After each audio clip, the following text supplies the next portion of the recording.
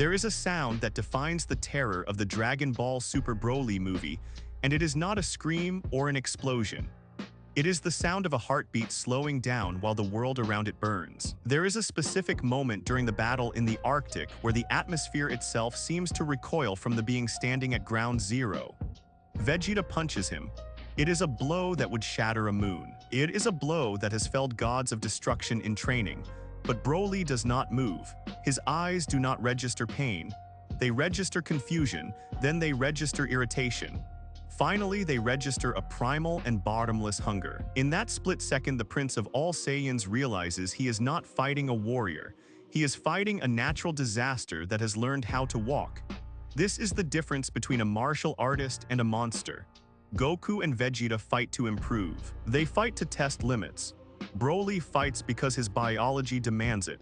He fights because he is an engine designed for extinction.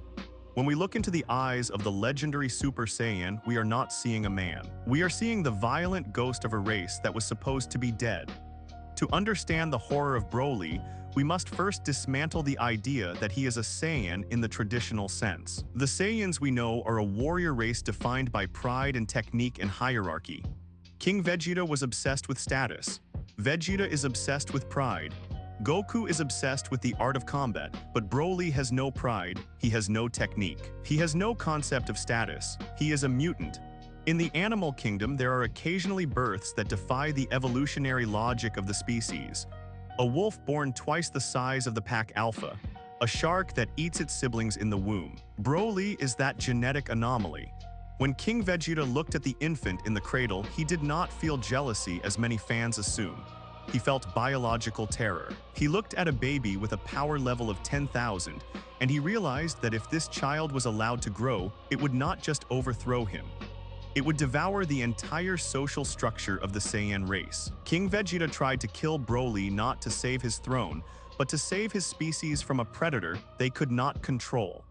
The tragedy of Broly is that he was a monster created by the very fear that tried to destroy him. By exiling him to the planet Vampa, King Vegeta stripped away the one thing that might have civilized him.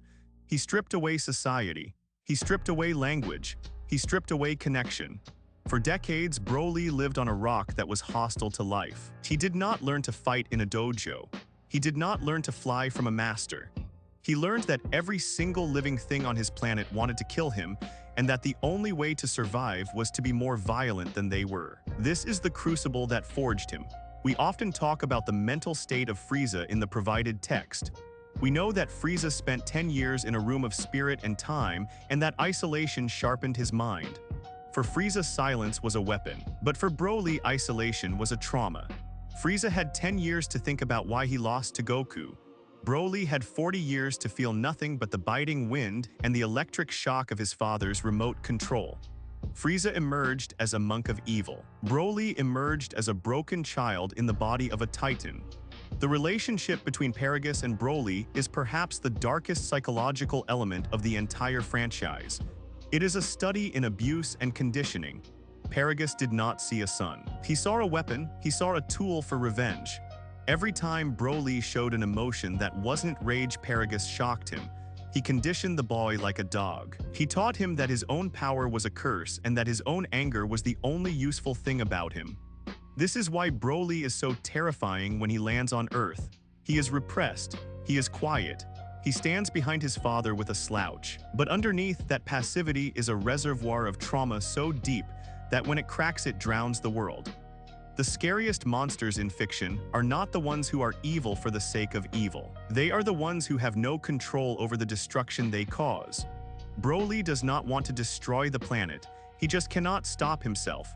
When the fight begins against Vegeta, we see the mechanism of the monster at work. Vegeta is using the technique of the gods.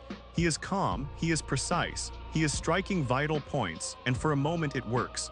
But Broly has a terrifying ability that defies logic. He learns through pain. Every time Vegeta hits him, Broly's body remembers the impact and adapts to it. He is not analyzing the technique like Goku would. He is metabolizing the violence. Within minutes, he goes from not knowing how to fly properly to trading blows with a Super Saiyan god. This should be impossible. It breaks every rule of power scaling we have learned over 30 years of Dragon Ball. But that is the point. Broly is not a character who exists within the rules. He is a character who exists to break them. He forces Vegeta to escalate not because he is more skilled, but because he is an unstoppable wall of force. The transformation into the Wrath state is a moment of pure body horror.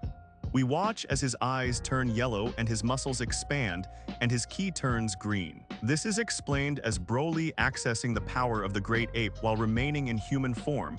Think about the implications of that. The Great Ape is the Saiyan ID. It is the mindless beast that stomps on cities. It is the loss of self. Broly is channeling that insanity while trapped in a human vessel. He is feeling the rage of a 50-foot monster compressing into a 6-foot man. It is agonizing. You can hear it in his screams. He is not roaring a battle cry. He is screaming in pain because his own power is tearing his mind apart. He loses the ability to speak. He loses the ability to reason. He becomes a conduit for pure energy. This is the moment where the fight stops being a competition and starts being a slaughter. It is interesting to note the parallels between Broly and the evolution of Frieza described in the text. The text mentions that Black Frieza is a form designed to kill the hierarchy. Frieza wants to overthrow the gods because he hates servitude. Broly, in his own twisted way, is also an antithesis to the hierarchy. He bypasses the divine order entirely. He does not need God Ki. He does not need angel training. He possesses a biological superiority that mocks the years of training Goku and Vegeta have endured. When Frieza observes this fight, he is likely taking notes. The text tells us that Frieza is arguably the smartest character in the series. He knows that to survive the coming war against the gods, he is going to need his greatest enemies to be his soldiers. While he views Goku and Vegeta as products of effort, he likely views Broly as a raw resource, a nuclear warhead that simply needs a guidance system. This brings us to the death of Paragus. This moment confirms Frieza's role as the ultimate psychological manipulator. Frieza knows how Saiyans work. He remembers Namek. He remembers that Krillin's death was the trigger that broke Goku. He needs Broly to break. He needs to see the ceiling of this monster's potential, so he kills the father and blames the enemy. It is a cold and calculated move. The text mentions that Frieza loves the game and loves the chase. Killing Paragus was a move in the game. He sacrificed a pawn to promote a knight into a queen, and it worked. The transformation of Broly into the Super Saiyan is a cataclysm. The sky shatters, the dimension breaks. We are no longer watching a martial arts fight. We are watching reality collapse under the weight of one man's grief and rage. The dimensional shattering scene is critical to understanding the threat Broly poses. Goku and Vegeta and Broly hit each other so hard that they break into a dimension of swirling lights and abstract shapes. This is not just a visual effect. It implies that Broly's power is so dense that the fabric of the universe cannot contain it. He is a glitch in the simulation. In this dimension, Broly becomes a true demon. He is massive, he is mindless. He attacks anything that moves. He even attacks Frieza. For a brief moment, Frieza gets exactly what he wanted and it terrifies him. He wanted to see the strongest Saiyan. He got the Legendary Super Saiyan. For an hour, Frieza is beaten into the dirt by the very weapon he tried to unleash. It is a poetic justice. The text says Frieza hates being looked down upon. There is nothing more humbling than being used as a punching bag by a mindless berserker for 60 minutes while the planet crumbles around you. We must also analyze the perspective of Gogeta in this conflict. Why did Goku and Vegeta have to fuse? Because they knew that individually they were going to die. Not lose, die. Broly was not going to stop. He does not have an off switch. The fusion into Gogeta was the only way to match the sheer output of energy Broly was generating. And even then, the fight was brutal. Gogeta had to use the power of the gods to subdue a mortal who had never trained a day in his life. The fear in Broly's eyes at the very end of the fight is the most human moment he has. As Gogeta charges the final Kamehameha, Broly wakes up. The rage clears for a second, and he realizes he is about to be erased. He looks like a scared child. He is not a villain plotting domination. He is a confused animal that has been backed into a corner and is about to be put down. This is why the wish from Chilai is so important. It saves his body, but it also saves his soul from total corruption. Now we have to look at where Broly fits into the current landscape of the Dragon Ball universe, especially in light of the rise of Black Frieza. The text tells us that Frieza has spies everywhere and likely knows about Broly. He knows the universe is filling up with monsters. Frieza spared Goku and Vegeta because he needs them as meat shields in his war against the gods. But what about Broly? Broly is the wild card. Frieza cannot control Broly through manipulation anymore. He tried that and it ended with a 2-hour beating. But Frieza is a businessman. He sees assets. Broly is an asset that is currently sitting on Vampa waiting to be deployed.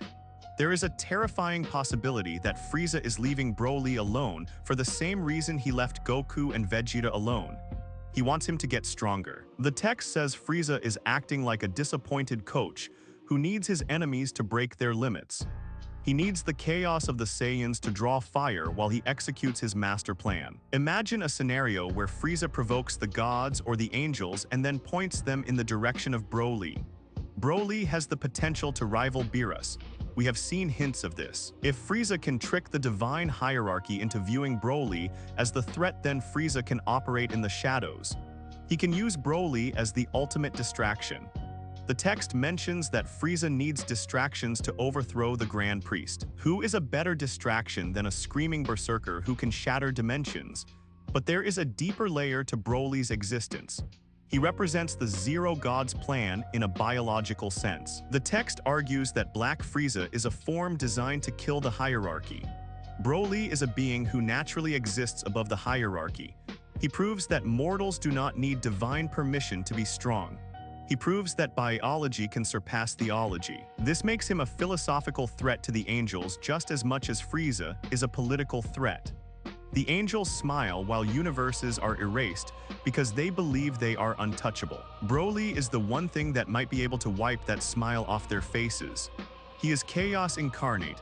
Angels rely on ultra instinct. They rely on perfect control. Broly is the antithesis of control. He is unpredictable. You cannot dodge an attack that consumes the entire battlefield. You cannot predict the movement of a fighter who is not thinking. Broly might be the natural counter to the divine techniques simply by overwhelming them with sheer uncontrolled entropy. The text mentions that Frieza is rebuilding his army with efficiency and conquering planets at a rate not seen since the King Cold era. He is building a war machine. In this new galactic order, Broly is the anomaly that keeps everyone awake at night. Goku and Vegeta are training on Beerus's planet because they fear Frieza. But Frieza is likely keeping one eye on Vampa because he fears what Broly could become if he ever learned to focus. A focused Broly. A Broly who can control the Wrath state. A Broly who can stack Super Saiyan on top of a calm mind. That is not just a strong fighter. That is a God Slayer. That is the being that Frieza dreams of becoming but might actually be terrified of facing. We must also consider the role of nature versus nurture, which is a core theme in Broly's story. Frieza is a product of his own ego and his recent isolation. Goku is a product of his masters. Vegeta is a product of his pride. Broly is a product of survival. His psychology is incredibly fragile. The text describes Frieza's mental state as a psychological crucible where the bratty nature died. Broly has not yet gone through this maturation. He is still reactive. This makes him dangerous but also vulnerable. If Frieza decides to target Chilai or Limo, he could unleash the monster again. Frieza dehumanizes his enemies. To Frieza, the Saiyans are just insects watching him work. If he decides that stepping on the insects that Broly loves will yield a tactical advantage, he will do it without hesitation. He turned his back on Goku and Vegeta to show dominance. He might destroy Broly's friends just to weaponize Broly's grief one more time. The existence of Broly also complicates the end of Z continuity discussed in the text. The text argues that the peace at the end of Z is a lie and a Cold War phase. Goku is training Oob because he knows a monster is out there, while the text refers to Frieza as that monster. Broly is also a looming shadow over that timeline. Goku visits Vampa. He brings supplies. He is keeping the beast fed and happy. Why? Because Goku knows that a hungry and angry Broly is a threat to the multiverse. Goku is managing the Broly situation just as much as he is preparing for Frieza. It is a delicate balancing act. Universe 7 is currently housing the three strongest mortals in existence, and they are all ticking time bombs in their own way. Frieza is planning a revolution. Vegeta is battling his own ego. And Broly is one bad day away from erasing a galaxy. Ultimately, Broly serves as a mirror to the civilized nature of Dragon Ball Super. The series has moved toward divine techniques and meditation and complex energy control. Broly drags the series back to its roots. He drags it back to screaming and bleeding and raw power. He is a reminder that at their core, Saiyans are not heroes, they are not martial artists, they are monsters. They are space pirates who turn into giant apes and stomp on civilizations. Goku and Vegeta have forgotten this. They have become domesticated by Earth and by the gods. Broly is the undiluted strain, he is the pure sample. He is terrifying because he shows us what Goku and Vegeta could have been if they hadn't bumped their heads or met Bulma. He is the shadow self of the entire race. When we look at the future of the series and the inevitable clash between Frieza and the gods, we have to wonder where the chips will fall. Frieza wants to be a god slayer. He wants to overthrow the Grand Priest. He is banking on the Saiyans siding with him to protect their universe. If that war comes, Broly will be the vanguard. Imagine a war where Black Frieza commands Goku, Vegeta, and Broly against the Angels. It sounds like fan fiction, but it is the logical conclusion of the current narrative. Frieza is the strategist.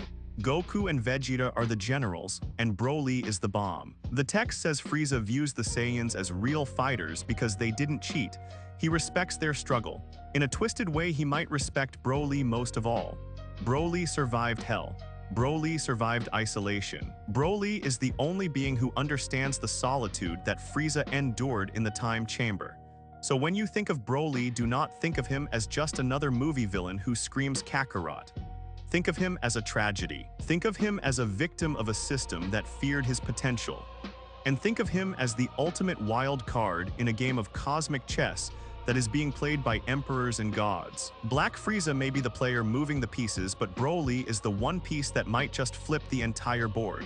He is not a Saiyan. He is not a man, he is a monster. And in the dark future of Dragon Ball, he might be the only monster strong enough to save us all.